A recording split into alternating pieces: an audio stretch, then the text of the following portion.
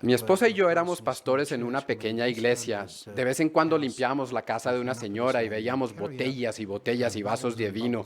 Fue tanto que un día le dije, ¿por qué no haces nada por tu problema con el alcohol? Y ella me dijo, yo no tengo ningún problema con el alcohol. Le dije, perdóname, pero hemos estado limpiando tu casa y sabes muy bien que es un desastre. Ella nos contesta, bueno, lo que pasa verdaderamente es que yo me voy a dormir a las 10 de la noche y cuando me acuesto, unas personas se meten a mi casa y toman y me dejan todo hecho un desastre. Hasta la semana pasada se llevaron mi carro y luego a mí me recoge la policía por tomar y conducir. Bueno, esto me dijo, pero lo triste de todo era de que ella de verdad creía que no tenía problema con el alcohol.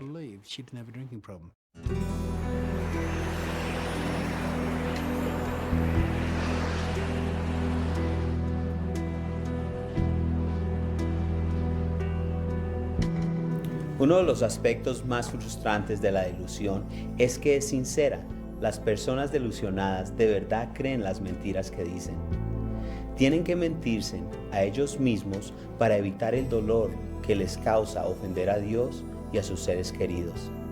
Ellos activamente aceptan las mentiras de Satanás, que no hay ninguna consecuencia por su egoísmo y desobediencia. Consideremos el papel que juegan los sentimientos y las defensas en la vida de una persona delusionada. Podría ser alguien que usted conoce o podría ser usted mismo.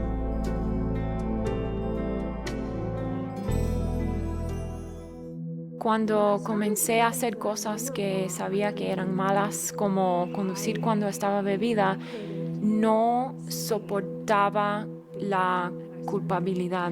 Comencé a beber para apaciguar los sentimientos de culpabilidad. Me mentía a mí misma y a todos los demás diciendo que yo estaba bien y comencé a creer las mentiras.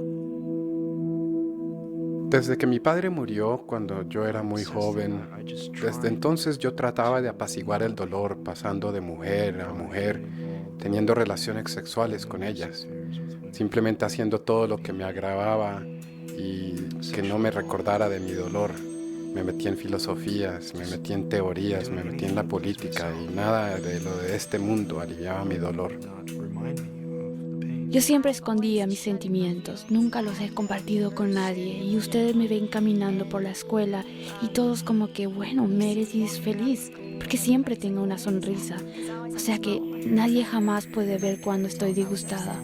Había una pregunta en una de las lecciones sobre identificar y explicar un sentimiento que abrigaba. Y recuerdo que me enojé mucho por esa pregunta y pensé, ¿cómo se atreven a pedir que identifique un sentimiento y que lo explique? Eso no les importa. Y yo sé que ustedes saben y no entienden por qué me enojé tanto por esa pregunta. Tuve que tratar con algo que sucedió en mi vida hace 18 años y que fue que había salido encinta antes de casarme.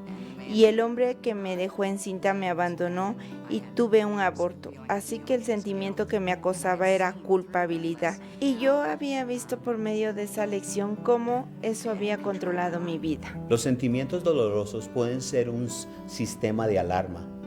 Nos dejan saber cuando necesitamos poner atención a algo en nuestra vida.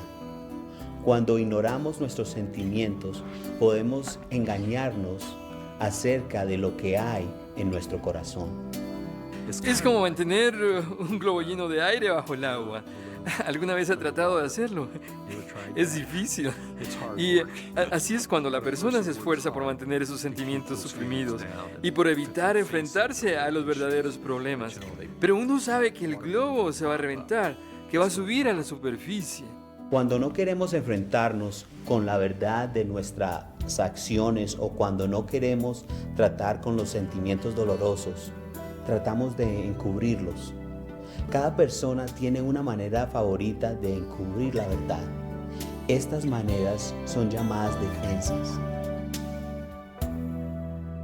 Yo desarrollé un buen mecanismo de defensa con la ira, que por supuesto no usaba en la oficina porque eso puede rebajarle a uno el sueldo rápidamente. Lo usaba en casa y así destruí mi primer matrimonio. Pero tenía otros mecanismos de defensa. Antes de que sentir dolor, preferí convertirme en un adicto al trabajo. Mira, si no trabajara tanto, la competición me pisotearía. Esas mujeres ya son personas adultas. Ya saben lo que hacen. Yo soy un adulto. ¿A quién le estamos haciendo daño?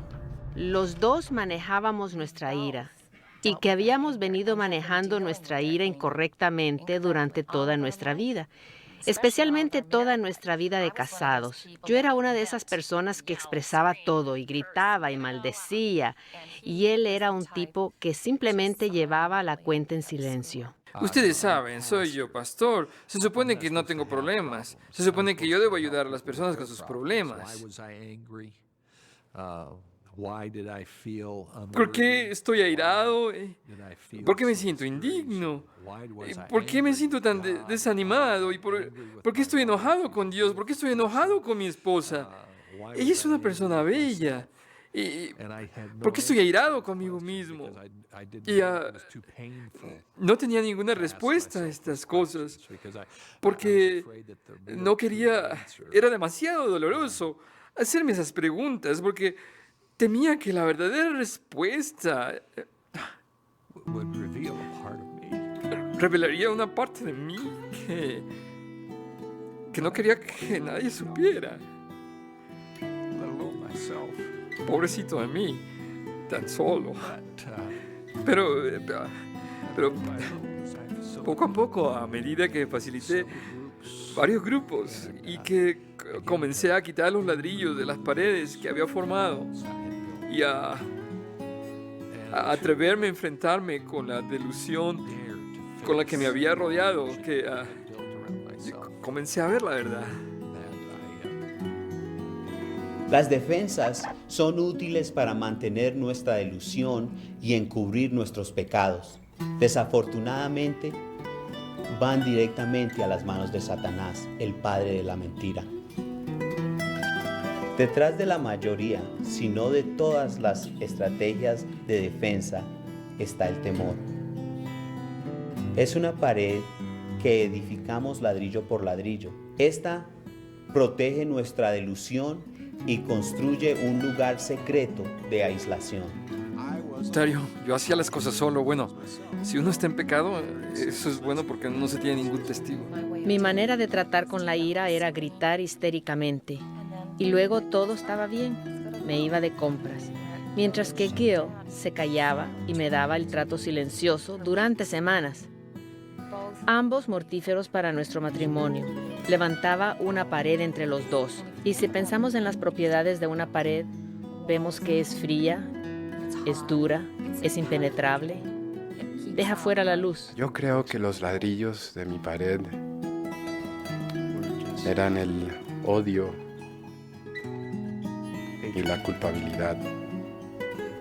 El silencio también. Después que, ustedes saben, hablaron de construir esa pared de ladrillos y cómo sobreponerse, y yo comencé a decir mis problemas a los demás, ustedes saben, y a dejar que me ayudaran. Fue algo muy bueno porque comencé a derrumbar esa pared y comencé a sentirme mejor y me sentía más contento, ya no estaba siempre enojado o triste o lo que sea. Mientras que nos escondemos detrás de una pared de defensa, no hay ninguna capacidad de fuerza de voluntad que nos pueda librar de los problemas que nos dominan. Para mí llegar hasta el fondo fue el adulterio, y cuando todo salió a relucir, nosotros no sabíamos, yo me había expuesto básicamente anteriormente a un encuentro sexual de una noche y salí de esa. Me volví a Dios y de verdad que lo tomé en serio. De verdad leía la Biblia y en realidad Dios hizo mucho y tocó mi vida en gran manera, pero el pecado todavía estaba ahí y yo no había llegado hasta el fondo. Fue como una nivelación. Me sorprendí cuando me internaron en el hospital porque entonces me di cuenta de que la cosa era seria. Cuando las cosas se ponían desesperantes, me volví a Dios, me sacaba del apuro. Él era fiel, Él me sacaba de las profundidades de mi pecado y yo le daba las gracias, me sacudía el polvo. Pasamos pocos días muy bien con Dios, ustedes saben, estoy súper bien, feliz. Y luego empezaba a deslizarme por ese camino otra vez. Nos habíamos separado. Yo me fui a vivir a otro estado por 4 meses y regresé creyendo totalmente que esta vez él me decía la verdad, que Dusty por fin había madurado. Por fin había decidido que iba a ir por buen camino. Había conseguido un buen trabajo y puso las manos entre las rodillas y dijo, volví a ser suspendido en otra prueba de drogas. No me dieron el trabajo. Y yo, bueno, todo dentro de mí se me fue a los pies, todas mis esperanzas, todo lo que se puedan imaginar que uno quiere cuando ama tanto a la persona. Yo creo que ese día me di cuenta de que no podía amar a Dusty lo suficiente, que no lo podía odiar lo suficiente y no lo podía amenazar lo suficiente como para hacerlo renunciar a las drogas. Presenté una demanda de divorcio. Usted ha escuchado cómo la ilusión lleva al encubrimiento, a la recaída y finalmente a la desesperación. Pero eso no tiene que ser el final de la historia. En un grupo de vida libre, las personas aprenden a desprenderse del aislamiento, a revelar sus sentimientos y a ser libres de la ilusión, y así aprender a enfrentarse con la verdad de lo que sienten y de lo que hacen.